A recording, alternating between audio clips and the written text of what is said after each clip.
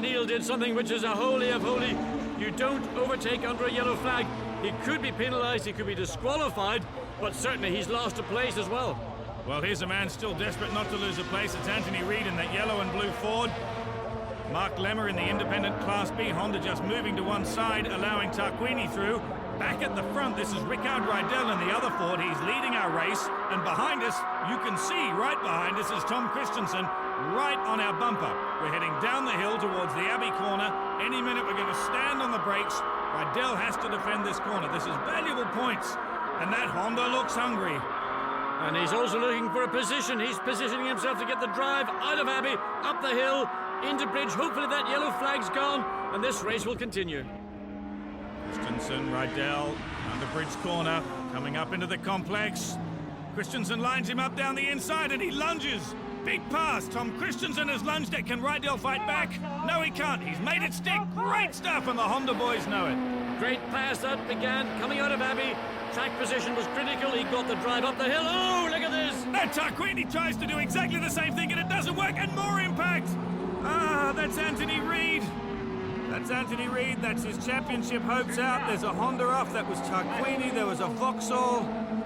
The guys in the Ford camp trying to sort that out. Well, talk about deja vu. We saw the same thing happen to Anthony Reid some months ago in the first round here at Silverstone. Now let's have another look. There's Anthony Reid going off backwards into Tarquini.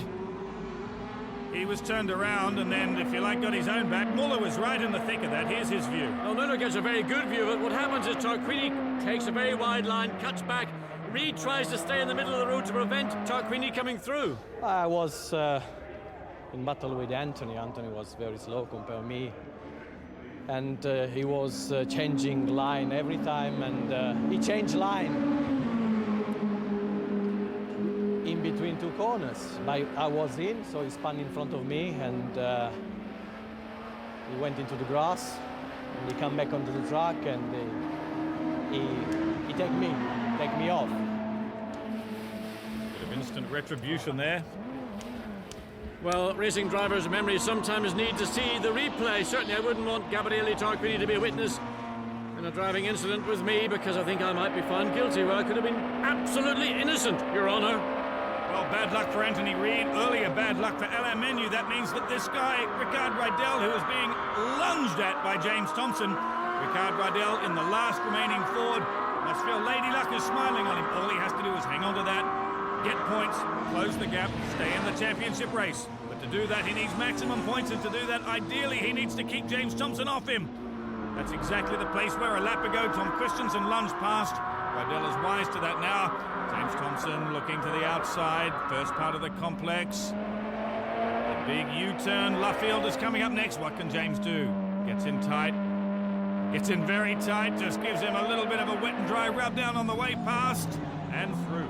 Yeah, the Honda works very well, and Luffield. Thompson can get the nose of the car tucked right into the curb, gets under the Ford, gets past. But Rydell's got to be careful. He can't force the issue too much. 10 points for third are better than 0 for not finishing.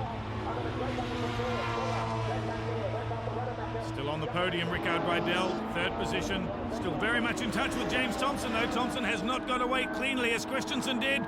Rydell scratching his head, thinking, actually, points for second would be better than points for third. I want the point back. In down the inside. Oh, just pats him out of the way, and Thompson is off, and Rydell back in P2. Well, in that phlegmatic Swedish way, Thompson got the slightest of touches on the rear of his Honda. Rickard would have been happy with that one. He's back into 12-point scoring position. He's got to finish second. And the boys on the Ford wall, they know what's going on. Doing the sums, that's better. Now, here's the scrap between Muller and Matt Neal, and this is still going on. Matt Neal there, a very aggressive line. And this is the 98 Nissan. Remember, not the 99 one we've seen Matt Neal in all year. It's the 98 car. How good is it? And how good is this man, Tom Christensen, as he's about to start his last lap in the Honda in the lead? Vincent Rademacher using what's left at the front of his Vauxhall to barge Matt Neal out of the way. This scrap has been going on all race long. Muller, Rademacher and Matt Neal side by side down the pit straight. This is a complicated little bunch of red. Matt Neal forces Rademacher over towards the pit wall, and amazingly he's through. Nicely done. And that's Muller. Muller's a problem. Okay, Muller's just dropped out of that race. what his issue is. We're running out of laps fast here. But these two still going at it, hammer and tong. Neil in front, Rademacher coming back at him now. Never say die, Vincent Rademacher. Like a pair of little terriers squabbling in the kennel, neither prepared to concede 1 inch. Still side by side, down towards Abbey Corner. Banging panels. Matt Neal seems to have the corner, but Rademacher is going to muscle his way through, is he? He pushes him out of the way. This is not more like, oh, it almost picks up David Leslie in the Nissan as well. It's more like an episode of the Three Stooges than a motor race. Take that, push him off. Now, here's the Class B battle. James Kay, ahead of us is Morrison and Dan Eves. This isn't just a battle for the race, it's a battle for the championship because Kay and Morrison are the two men that can take it out. Morrison on the left-hand side of your screen, his teammate Eves moves to one side, Morrison through, nice teamwork, that should help. Dan Eves really here to help Morrison tie up the championship. If he can do it in the sprint race, all to the better. But it's very close in points because James Kay is within striking distance on the track and in the championship. And here's a man within striking distance of the checkered flag and a race win. Yes, guys, yes.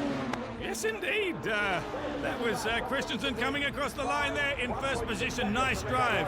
Ricard Rydell muscles his way back to second. He needs those points. And talking of needing points, Anthony Reid staggering across the line in 7th position, having been turned around by Tarquini. Now, meantime, Kay has passed Eves. Just shows you how keen James Kay was to keep on terms with Alan Morrison because this is the battle for the championship and it's going to be sewn up now in this sprint race. So close. There is James Kay, just in the distance. You can see Alan Morrison. That's how close the championship came. He crosses the line. A winner in the race in Class B and a winner in the championship. And there's the winner in the race in Class A, the outright leader, Tom Christensen. Second, Ricard Rydell. Boy, did he need that. James Thompson, third. Vincent Rademacher, a very boisterous fourth. And his playmate, the independent Matt Neal, makes it onto the leaderboard. Top 5.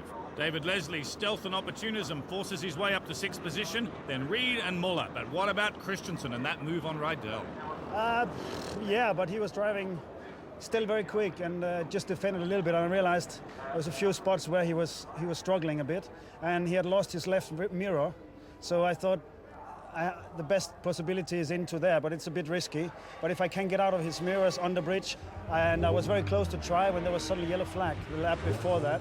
But it was good. He moved as far as he legally could, and there was still space enough for the Honda. So I would say it was very good for me, and sorry for Ricard. Nicely played, Tom. And in Class B, Alan Morrison winning the sprint race. It's enough to make him the 2000 champion. With one race to go, well done, Alan. Just glad of the way it's all went, and I say everybody's done a fantastic job all year. Everybody in the team has worked so hard, and the cars went so well. We had such an advantage at the start of the year, and them guys at the other teams have caught us up a wee bit, and we have pulled it through to the end, and all credit to everybody. Class A is not that simple. It's going right down to the wire. Last race, 3 Ford men, all in contention, and tons of damage from race 1 to sort out.